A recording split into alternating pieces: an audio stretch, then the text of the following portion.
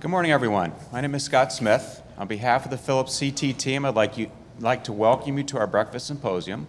Thank you for getting up early to join us. You're about to be rewarded for that by a fantastic talk. It's my pleasure to introduce Dr. Jeudy, who's the professor and vice chair of Informatics Department of Diagnostic Radiology and Nuclear Medicine at the University of Maryland Medical School. Dr. Jeudy will be talking about his experiences with spectral CT and cardiovascular imaging. And we do encourage questions at the end. There's two options for that. We have some standing mics. Also, if you're using the SCCT app, there's a way that you can enter, if you go into the session, you can enter questions that we can then read for you. So either of those choices would work. Without further ado, Dr. Jeudy. Thank you so much, and thank you everyone for joining us this early in the morning. I'm hoping that you're getting some great breakfast. And let's see, starting the talk.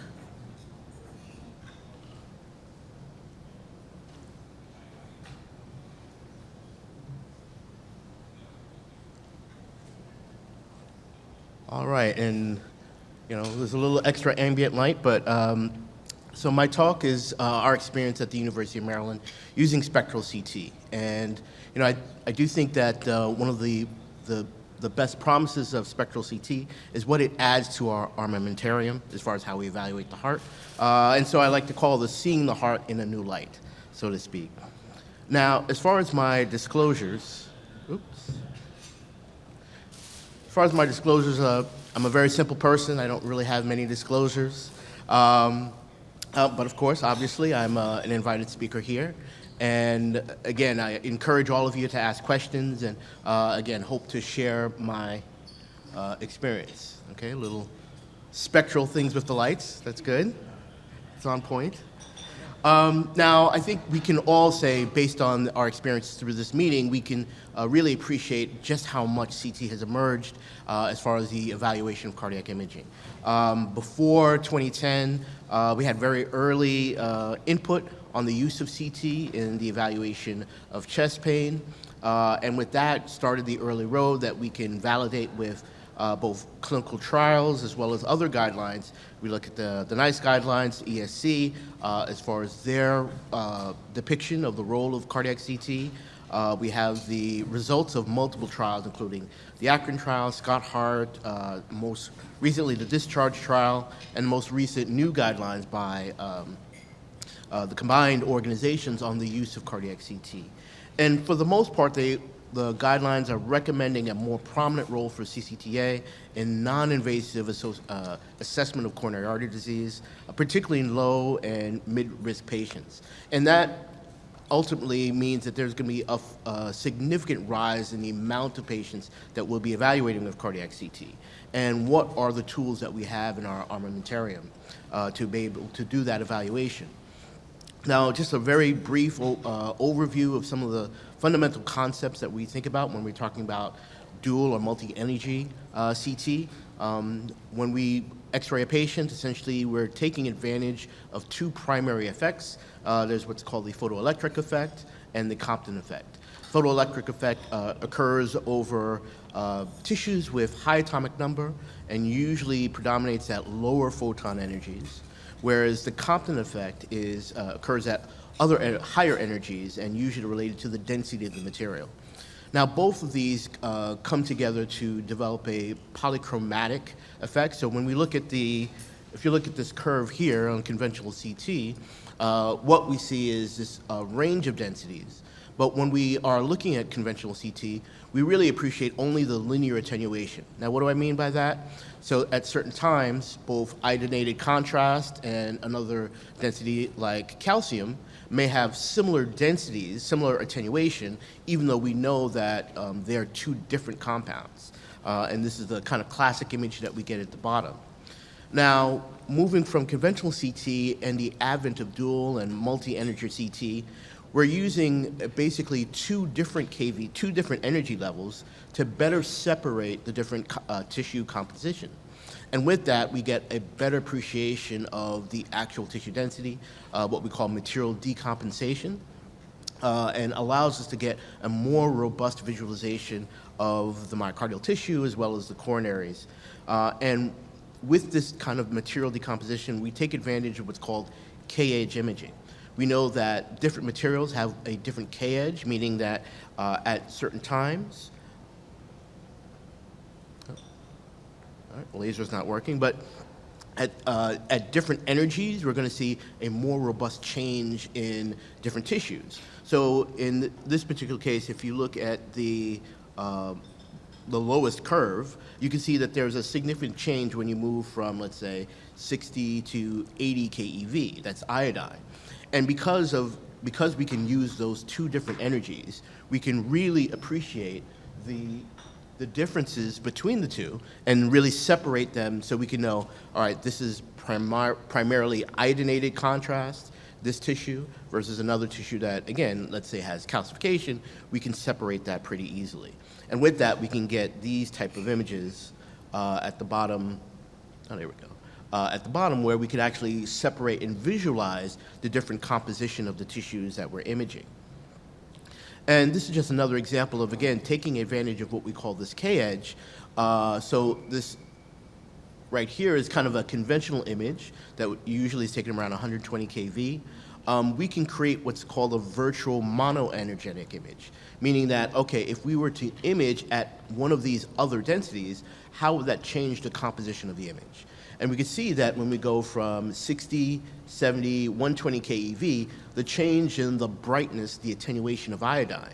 Because the K-edge of iodine is on the low end of the spectrum, closer to 30, 40 keV, we can see that as we get lower and lower, we really can get more robust imaging of the iodonated contrast. Whereas at the higher densities, now we can see calcification much better. We can actually separate the two tissues.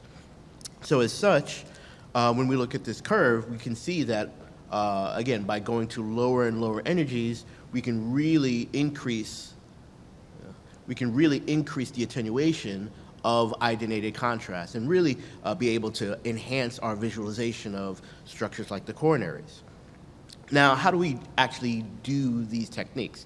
There are actually multiple approaches. The multiple vendors have different ways of achieving this kind of dual energy or multi-energy technique. There are source-based spectral imaging techniques. The very simplest way, you can do consecutive scans. Now, what does that mean? Well, scan the patient at one energy, then scan them again at a different energy. Now, obviously, with that, there's going to be a big temporal difference between your scans. Being able to register the tissues obviously will be very challenging, particularly when we talk about the coronaries. There are dual source techniques. So now let's say we have two different detectors. Let's use each with a different KVP, one with a high KVP, one with a lower energy, and with that be able to image at the same time and be able to separate the different tissues. Now, of course, there is an offset of the two cameras, and so, you know, there's going to be a little bit of overlap as far as the energies, a little bit of scatter contamination. And the thing is, you have to actively choose this ahead of time. You have to know that, okay, this is someone that I want to do some type of dual or multi-energy type of acquisition, and you need to prescribe this ahead of time. Also with that, because you're using the two tubes at different energies, one of the classic reasons people will use these dual source techniques is to improve temporal resolution, because you have two detectors going at the same time. By using dual energy, now you've removed that ability, so now you have to be even more conscious about the temporal resolution that you'll get. Fast KVP switching is another method that can be used to get spectral techniques. Here you have, essentially you're alternating, you're switching between high and low KVP very quickly. And with that, you are getting close alignment of your high energy and low energy images. Again, this is an acquisition you have to pre-select. You have to know ahead of time that this is what you want to do and select the appropriate protocol. And again, it compromises a little bit of the temporal resolution because you need to take the time to switch between the two energies. Finally, the approach that Philips has taken, what we have experienced, is this detector-based approach. So here, though, it's not based on the source, but actually scanner detector. There's a dual layer detector that can appreciate both the high and low energy, low energies that are being emitted from the X-ray. Essentially, there is a layer that the low energy gets absorbed more internally. The outer layer absorbs the higher energies. And with that, you're always guaranteed to have perfect alignment. Whatever is being acquired, you're getting both the low and high energies for that position. You have your temporal resolution is preserved because you're not switching your detector into multiple phases for the acquisition. And probably the largest benefit is that it's always on. You don't have to prescribe the spectral acquisition ahead of time. Every study is spectrally acquired and can always be reconstructed to get that image. And the type of reconstructions that we can do with this multi-energy approach is very varied. And again, increases our ability to evaluate patients. So classically, we get our conventional image, our virtual monoenergetic images. Again, we can vary the type of energy we want to look at, focus closer to the K-edge of iodine, or look at other materials like calcification, at higher energies where we want to reduce beam hardening. All that's capable. We can also do, because we can separate tissues, we can do things like a virtual non-contrast image. So we can completely separate the iodinated energies and essentially subtract that from the image. The same can be done on the other end of the spectrum, literally, with bone. So we can do calcification suppression as well. With the iodine, again, we can separate iodine from other tissues, so we can also do what's called an iodine no water, meaning that we can just look at the presence of iodine without the additional effects of water, which is relatively close in energy. Finally, and with that, we can create these iodine density maps. Here, what we've done is we've taken the iodine density, and then we've superimposed that on the conventional image to give this kind of virtual view. Now, these last two types of reconstructions, the Z-effective electron density, here we're taking into account the actual atomic number and density of the tissues. Now, remember, we talked a little bit about the Compton effect, photoelectric effect. Those are inherent to the type of density, the type of atomic number of the actual image. We can take advantage of that and get even more characterization of tissue using these techniques. And more as we start to use these, we're getting a better appreciation of what type of information we can pull from these different studies.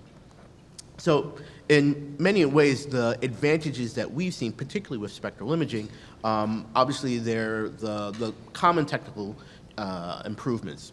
Reconstruction, beam hardening reduction, essentially reducing image noise and artifact. That goes a long way in improving our studies. The K-edge imaging, spectral material decomposition are two things that, again, Spectral predominantly gives us. And with this, for instance, the K-edge imaging, because we can enhance the density of the iodine, well, we can actually reduce the amount of contrast that we need to get good imaging. Similarly, with this spectral decomposition, we can actually characterize tissue, better characterize presence of iodine, presence of calcification, looking at the Z-effective and electron density of tissues, we can get a better insight of what's going on. There's motion reduction. There's a particular technique called precise cardiac, which we'll talk about, which helps to reduce the amount of motion artifact we get with our imaging, as well as the improved temporal resolution that we get with the scanner itself, and optimized field of view. In many of these other techniques, you have a limited field of view, specifically when you're talking about cardiac imaging, whereas with spectral techniques, you have essentially unrestricted anatomy. You're getting spectral images of not just the heart, but anything within the field of view. And with this, all of this helps to optimize our image quality, increases our diagnostic accuracy, and obviously our interpretive confidence. And in many respects, I know we like to joke as, CTs being like, the donuts of truth. I like to think of it more of the everything bagel. It pretty much everything that you want, you can get from one scanner. And particularly with Spectral, all of that is available to you. This concept I'm going to come back to. But let's talk a little bit about some cases and just the effect of spectral imaging that we've seen at our institution. Now, in particular, Here, this is just a normal CTA, and this was a patient, family history, coronary artery disease, and just highlighting just the quality of imaging that we get. This was done at less than 3 millisieverts, with about 70 cc's of contrast. Again, we could have gone much lower, but again, we see the robust imaging and quality of imaging, the 3D reconstructions we get from that. And again, using the K-edge of iodine, imaging much closer to that, we can push the envelope even more. So here is a prospective study. We've done less than a millisievert and with 30 cc's of contrast. And again, we see that there is, again, a robust depiction of the coronary anatomy. So this is a virtual monogenetic study at 50 keV, again, highlighting the improved quality of the imaging. I'm not sure how well it projects, but there is some subtle non-calcified plaque in this proximal portion of the LAD. Interestingly enough, you can actually see that there is a difference when you look at the wall of the coronary. You can actually see that there is a little bit raised tissue that is of a separate density than the rest of the vessel. And that's just, again, at that same level here, we can see the actual lesion itself with just a mild amount of stenosis. But, all right, that's just a small case. What about if you have a lot of calcification? So here we have a study with a tremendous amount of dense calcification. Here is a conventional image at 120 kV. We can look at 90 kV. So again, moving closer to the K-edge of iodine, so we get less blooming artifact from the surrounding calcification and a better appreciation of the actual lumen.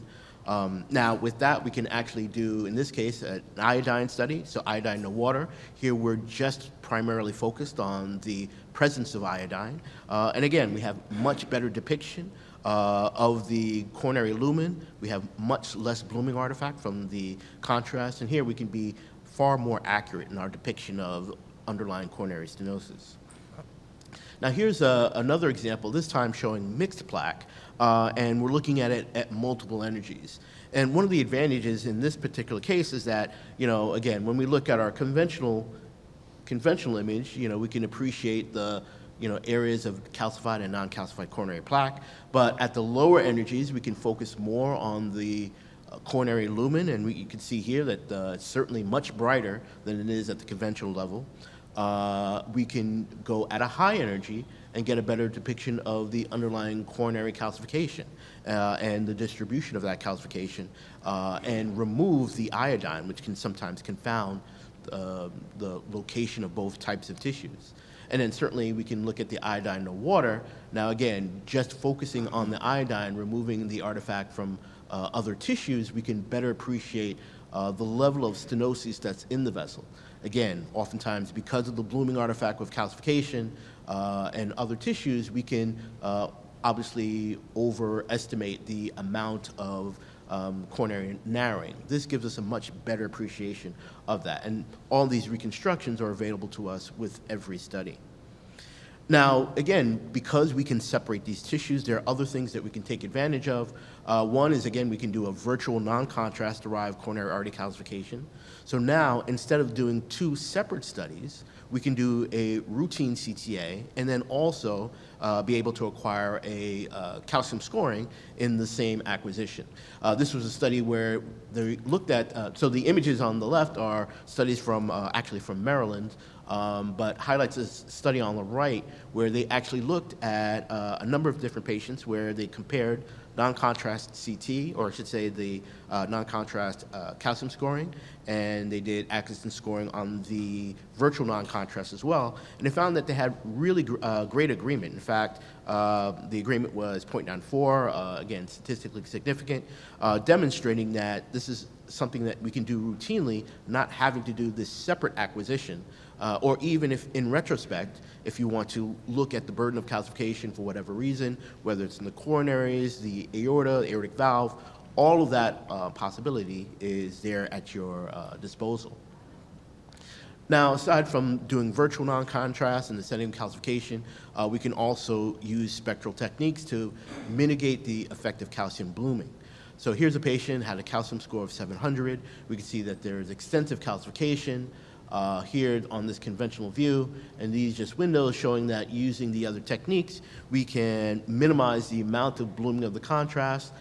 Here, looking at the iodine no water, we have a much better appreciation of the coronary lumen as we would using the other techniques, again, being able to minimize that amount of calcified blooming. And calcification is not the only thing that we can minimize. Beam hardening in the setting of other structures. So here there's a patient with a ventricular assist device, and again, this higher monogenic energy was used to minimize the amount of artifact that we see overlying the left ventricle. But probably more important, the case of stents. Obviously, this is always a challenge trying to be able to determine whether or not there's any significant abnormality. And here, in this particular conventional image, we can clearly see the stent. The stent's of a decent caliber, but the blooming artifact that we see really makes it difficult to see within the stent. So again, taking advantage of the higher energies, here we get a much better appreciation of the composition of the stent. We see two overlapping stents, and certainly we can determine if there is, we can reduce the blooming artifact. But what about looking within the stent itself, looking for stenoses? So here we have another case where we see, again, on conventional image, we see that there is some blooming of the stent. There's a little bit of low attenuation that we see there, but when we look at the iodine no water, we can clearly see that there is actually an area of narrowing within the stent that you really don't appreciate on the conventional image. And again, this is something that we see as a result of the spectral imaging, always having this at our disposal. And not only looking at the iodine no water image, but we can also vary the virtual monoenergetic images to also get a better appreciation of the coronaries. Now, in April of last year, there was a very specific incident. I think all of you have been affected by it when we, basically had a shortage of contrast. Supply chain demands, a lot of other issues, and it really affected our ability to do cardiac studies, all types of contrast-enhanced studies. And one of the questions that, obviously people worried about was how would this affect our image quality? And it just goes to show that, particularly with these spectral techniques, again, taking advantage of the K-edge of iodine, we actually were able to get excellent studies, excellent quality. And which actually kind of let us know that maybe the volumes of contrast we were using previously, maybe they were too high to begin with, and maybe we can start looking at lower volumes of contrast. This was a study where they looked at two different cohorts. They gave patients a regular dose versus low dose and compared the image quality. These are two different patients, but what they found is in the patients who got the lower volumes of contrast, they found that the monoenergetic images that they could create were equivalent, if not even improved, over the regular coronary image quality at half the dose of IV contrast. In this particular study, the half dose was around 24 milliliters of contrast. So again, very impressive and goes to show how you can improve your the quality of your studies as well as your protocols by having the advantage of these spectral techniques. Here's another example. This is, again, the conventional 120 kV, and we can see that there is some scattered plaque, largely eccentric, not any significant luminal narrowing. But again, if you look at the iodine no water, we get a very robust depiction of the coronaries. We get great volume rendered image. This was a case that was done with only 18 cc's of contrast. Again, will every study be that way? Not every study, but the amount that you will be able to improve on your imaging and mitigate the volume of contrast becomes significant. Now, here's another study where they also looked at looking at low contrast volume, and again, you can see that here a range of different energies. As you get to the lower monogenic images, you get more robust depiction of the coronary anatomy. Here you can also see on this volume rendered image how much more improved anatomy that you see that you can improve the attenuation. So again, having spectral imaging, particularly when it's always on, provides you this additional capability that otherwise you could potentially lose out on. Now, we talked about losing low contrast in the setting of just looking at the coronary lumen. What if you have low contrast and the patient has a stent?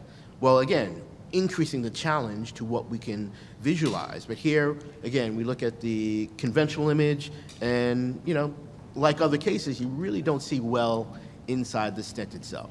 When you look at the monoenergetic at a higher energy, we can reduce some of the blooming artifact. You get a better appreciation of the composition of the stent itself, the number of stents. When you look at the iodine no water, not only can you see the lumen, but in fact, near the distal margin, there actually is an in-stent stenosis.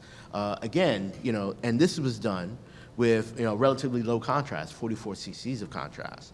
But again, highlights with the spectral technique how much additional information you can pull out of the image as far as troubleshooting, as far as increasing your confidence in the underlying process.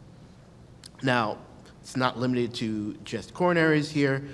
This is what was called the Spectacular study, where we're looking at spectral CT assessment in patients prior to TAVR. Again, many of these patients do have nephrotoxicity issues, contrast issues, where we need to give a lower volume of contrast. And again, when we look at our conventional images with low contrast and the monoenergetic studies, we see that there is a pretty robust enhancement of the contrast, allowing us to get excellent segmentation of the aorta. Incidentally, we can also look at the amount of plaque. And this particular study, these patients got 24 cc's of contrast. So again, low volume, the addition of spectral to look at the monoenergetic images gives us a much more robust depiction of the anatomy. Here is another case, again, looking at TAVI, looking at the improvement in contrast attenuation, also getting virtual non-contrast, being able to evaluate the aortic valve for the presence and volume of calcification. And this was done with 20 cc's. Now, we've talked about looking at the material decomposition, being able to look at the different tissues, looking at the K-edge of iodine and being able to enhance both the visualization of the coronaries, also reducing the amount of contrast. Motion is something that we also have to deal with. And obviously with the newer technology scanners, they are much better, more robust in being able to deal with motion. Temporal resolution is improved. Here's a case where, this was a patient, 80 beats per minute. We can see that there is some motion of the RCA, and obviously we get this, motion artifact in the reconstructed images. Now, certainly, if we were to do a reconstruction on a retrospective study, we could consider something like ECG editing, something to improve that. When you're doing a prospective study, though, you don't really have that opportunity. You don't have that advantage. So you're pretty much stuck. However, there are techniques, and particularly on our spectral scanner, there is what's called the precise cardiac technique. And this uses a combination of the information that we have about the acquisition as well as some artificial intelligence to do the reconstruction even with a prospectively gated study. So whether it's prospective or retrospective, there are cardiac motion correction techniques which allow you to get very robust resolution of motion artifacts. Here's another example. This time, this is a patient who had a mean heart rate of 94 beats per minute. Now, even though the rate is relatively regular, obviously you're still going to have some motion artifact. Without precise cardiac, without this compensation reconstruction, you still get artifacts with your image. With it, however, now we've reduced the amount of motion even at a heart rate of 94 beats per minute. Similarly, here's another case. Again, this was a patient that came into our ER for a triple rule-out study.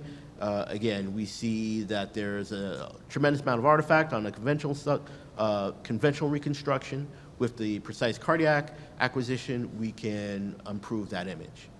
So, again, we've looked at the attenuation of contrast. We've looked at beam hardening artifacts, cardiac motion. Probably one of the other things that you've heard discussed in talks over the course of the meeting is the characterization of coronary plaque.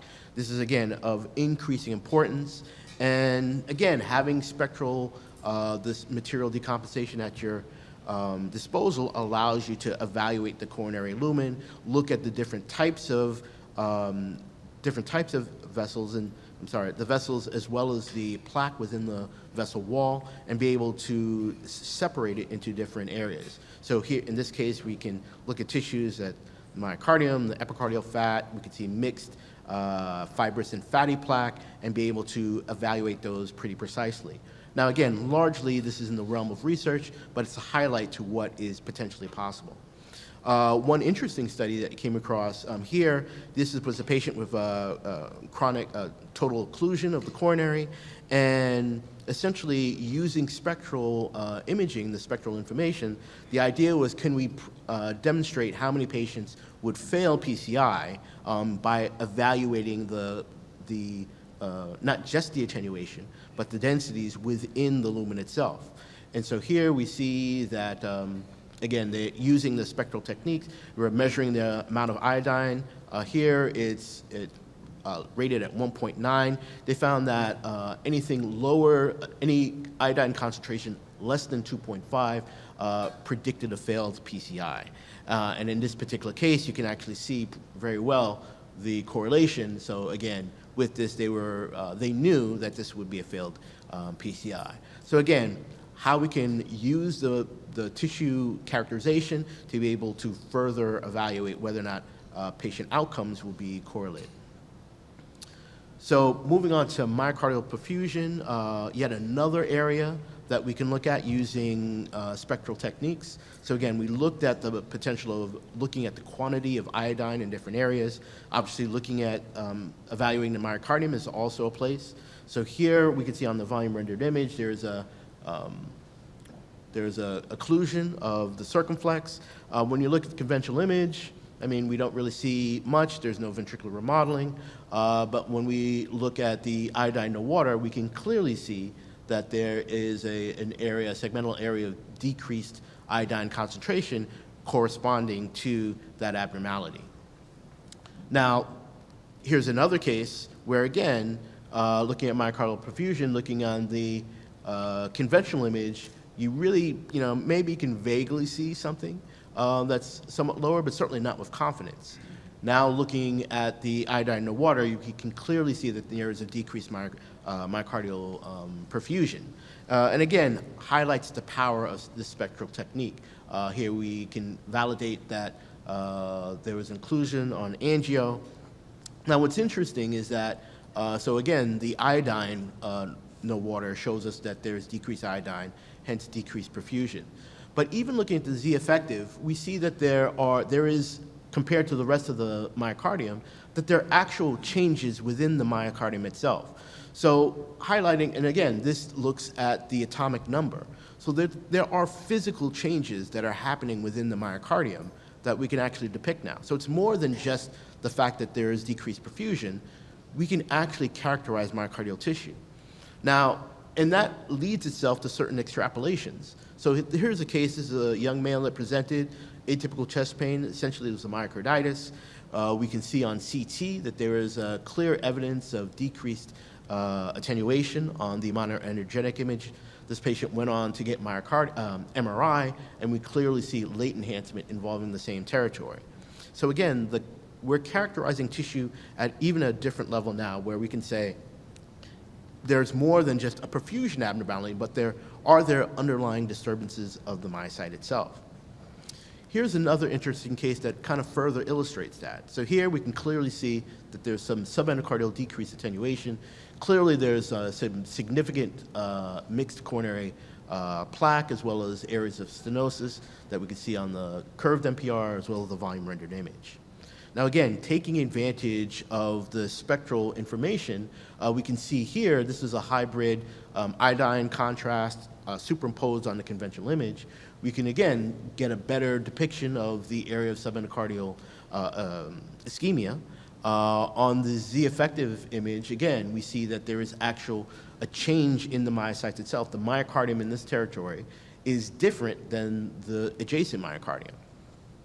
Now, based on this, what was done, this was part of a study, they looked at both arterial and later phases of this injection. And what they saw was that on the arterial phase, we can clearly see this area of subendocardial ischemia.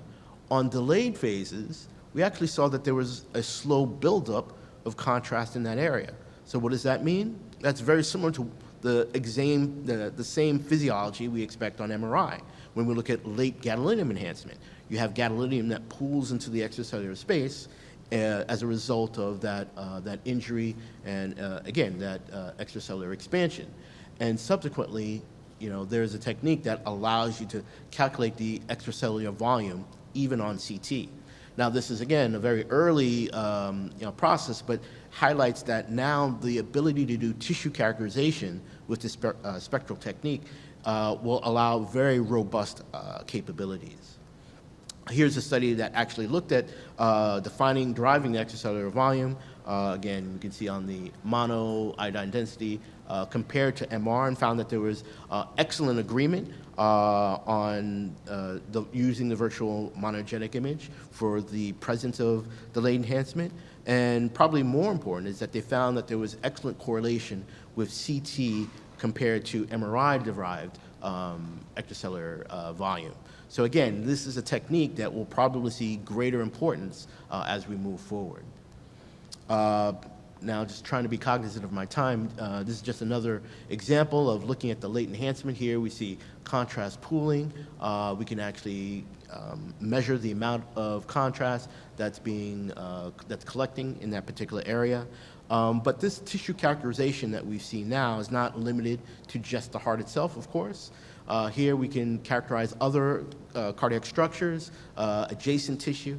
Here we see on the conventional image this large mass with questionable area of low attenuation. When we look on the monoenergetic and iodine no images, we can see that there's clear necrosis within this mass. The other question was there any invasion of the aorta? And we can actually see that there is actually a very clean line across the aorta. This was an extensive pericardial myocardial mass, central necrosis. This ended up being pericardial mesothelioma, again, without significant enhancement, without encroachment of the myocardial tissue. Here's another case. Again, we get spectral results with a full field of view, so we get unrestricted image evaluation. Here we see a large mass invading the mediastinum. So we can see a lot of collateral vessels. One question was there invasion of the SVC? We can clearly see on the monoenergetic iodine that there is complete, we don't see any sense of the SVC. It's completely obliterated and invaded. Looking at further imaging, we see, again, that there's large necrosis. We can see that there's tissue density in the area of the IVC. Around, again, the aorta, we see that there's large necrosis, no evidence of any underlying invasion. Now, what was also interesting, so clearly the mass was what everyone was worried about. But sure enough, there was also areas of decreased attenuation within the myocytes. So this person also was found to have underlying ischemia. And certainly when you look at the coronaries, again, we see that there is extensive coronary artery calcification. So, again, looking at all the bits of information around us allowed us to give a very comprehensive evaluation. Certainly looking at the mass and its effect on the heart, but also looking at this underlying ischemia. Here's another case. Again, you can see here a very large filling defect within the pulmonary artery. So this actually certainly is not a PE. This is something that's grown over time. This was a large sarcoma. And again, we can see the extent of the involvement. When we look at the lung windows, we can see there's a slight paucity of vessels on the right compared to the left as a result of the lesion. But what was more impressive, particularly with the spectral information, is that here's the iodine concentration on the left, and here it is on the right, almost completely absent. And even though, again, you can still see vessels on the lung windows, we can clearly see that there's decreased iodine concentration on the right. And there are areas in the left that are also involved that we can see. And again, the Z-effective technique tells us that not only is there decreased perfusion, but there is alteration of the lung parenchyma in this image. We can also do things that look at intracardiac thrombus. Again, is this thrombus should have a different density from other structures? Again, looking at the iodine densities, the effective mapping is helpful. Here's a case where we saw a range of densities within the left atrial appendage. Certainly we see one that's a little bit higher in attenuation and one that's lower. Looking at the densities, we see that on conventional image, that density A is a little bit higher than density B. We see that is improved detection on the monoenergetic image. And when we look at the iodine in the water, we can definitely see the concentration of iodine is increased in this compared to this. So this is true thrombus, and this was just actually slow flow within the left atrial appendage. So the last case I want to highlight, and I apologize to my Philips colleagues because I wanted to sneak this in because this is not a Philips case. This was done on a conventional dual source. We have a number of scanners, and you can see here, I mean, this patient's a mess. I mean, there's a Impella device, Swan. This patient's in the ICU and is having significant problems. When I had protocoled this study, I had asked for this to be done on the Spectral.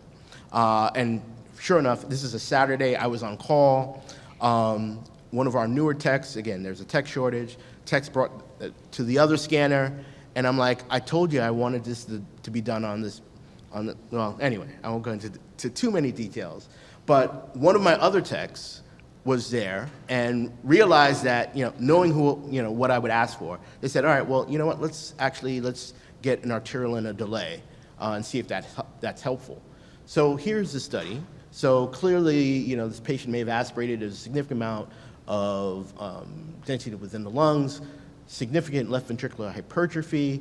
You can partially see the Impella device, the kind of VAD. We see this portion of the PA catheter. So outside of that, probably wouldn't say much else.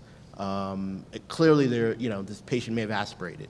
But when we look at the other images, so we were able to get a low KV reconstruction on the delayed image, and we can clearly see that there is a significant abnormality involving the LV. We see that this patient had a significant infarct that they knew by ECG, but they had no visualization because the patient was so unstable. Now, yes, I was there. I was on call, so I happened to make this assessment by chance. So just to highlight that, if we didn't prospectively do this with a dual energy, mono energy technique, all of this information would have been lost to us. And that's the advantage. That's why I wanted it done on our Spectral scanner, so that we would, by sure, have this information. And clearly, this is important. Now, that being said, this was one of the reasons why the patient did not do so well. So there was a massive hemorrhage. Unfortunately, the patient passed away, but again, all this additional information was information that we were able to provide and be able to provide a more robust assessment for our colleagues. Now with that, in summary, just kind of highlighting some of the things that we've said, we've looked at all the different factors that spectral imaging, the spectral CT, has improved on our ability to assess patients and evaluate cases. All these different parameters are really helpful, reduction of noise, reducing contrast, the ability to characterize tissue, again, all robust techniques that Spectral provides us, the reduced motion artifact, unrestricted anatomy. Essentially, it optimizes our image quality, again, increases our diagnostic accuracy, and helps us better. And so, again, when we kind of go back to that idea of this, spectral CT is our everything bagel, just like in the movie, Everything Everywhere All at Once. When I think of, spectral CT, it's more every patient, every scan, always spectral. And with that, I'll stop there, and I want to thank you all for your attention.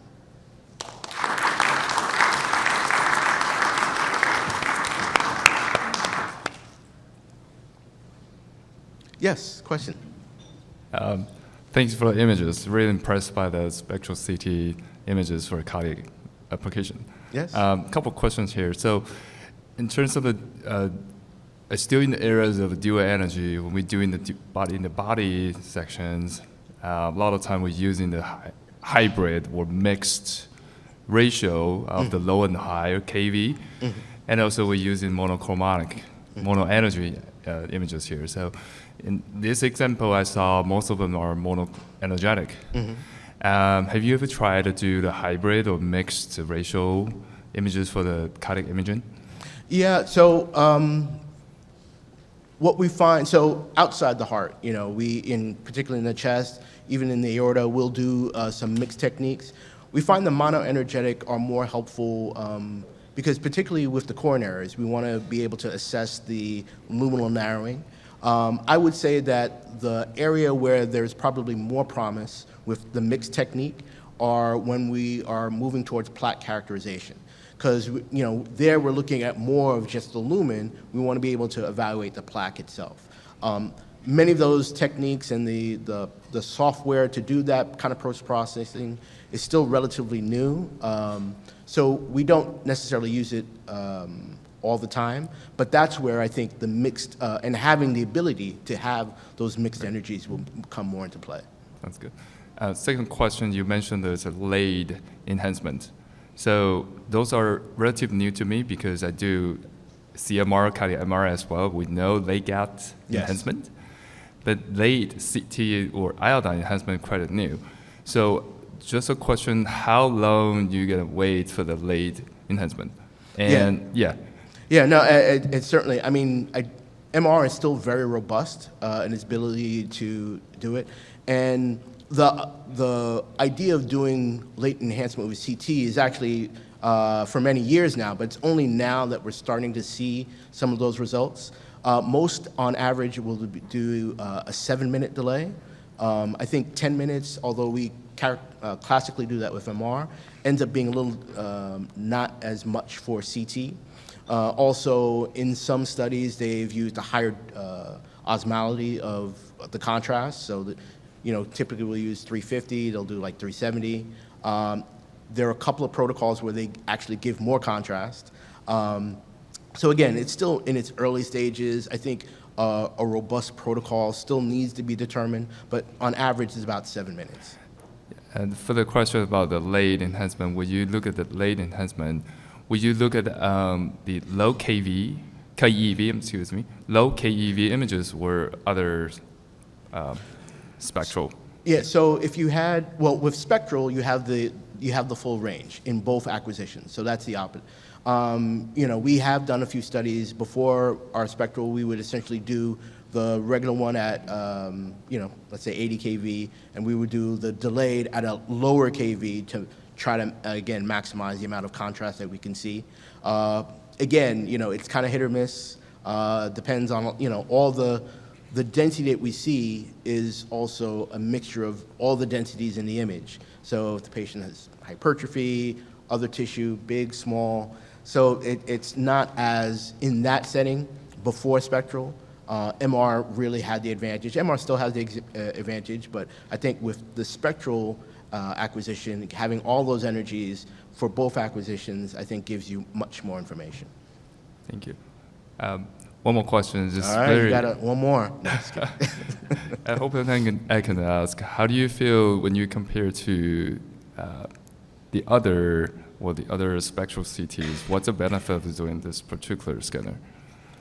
This particular scanner? Yeah, it's compared to other spectral. So, again, the scanner technology is very robust. All the different scanners are taking advantage. They have different ways of acquiring the spectral image. We kind of had that before. Some is, dual source. Again, there's some there's some scatter that you have to do with that. The KV switching is also another thing. Again, that has some disadvantages. You could scan the patient twice, which honestly we have done like years ago. All of them have some advantage, and they do give you some information, but the quality of the information, the robust information that we get with this kind of dual layer, we found to be the best. And obviously, this is still kind of early. I think all these possibilities now that we look at, looking at monoenergetic reconstructions, when you add iterative reconstruction and all that, gives us a lot of information now. Then you take all of that and add that to something like photon counting CT. So now that's going to be another age of enlightenment that we'll also see. So, I think everything also, you kind of take it into account of the technology in the area right now. And I think for right now, Spectral is tremendous in what it provides. I think it will continue to evolve. I think all the different scanners will also evolve as well to add the information. I would say probably most important is understanding that these dual energy, poly energy, multi-energy techniques add to the information that we already have with conventional CT, however you acquire it. And there are advantages and disadvantages to each technique. Our experience is that, with the dual layer technique, the dual layer acquisitions, we found that to be more robust, and probably the most important thing is that every study has the spectral information. So, we never have to worry about, we didn't protocol it as this or that. It's always there to go back and troubleshoot. And with that, the number of cases where it's going to be important to us I think will just kind of continue to increase as we learn more and more how we can utilize this information. Appreciate it. Thank you. Thank you. Question? I guess you get to ask one more question. No, just kidding. Thank you. All right, if there are no more questions, I thank you again for your attention.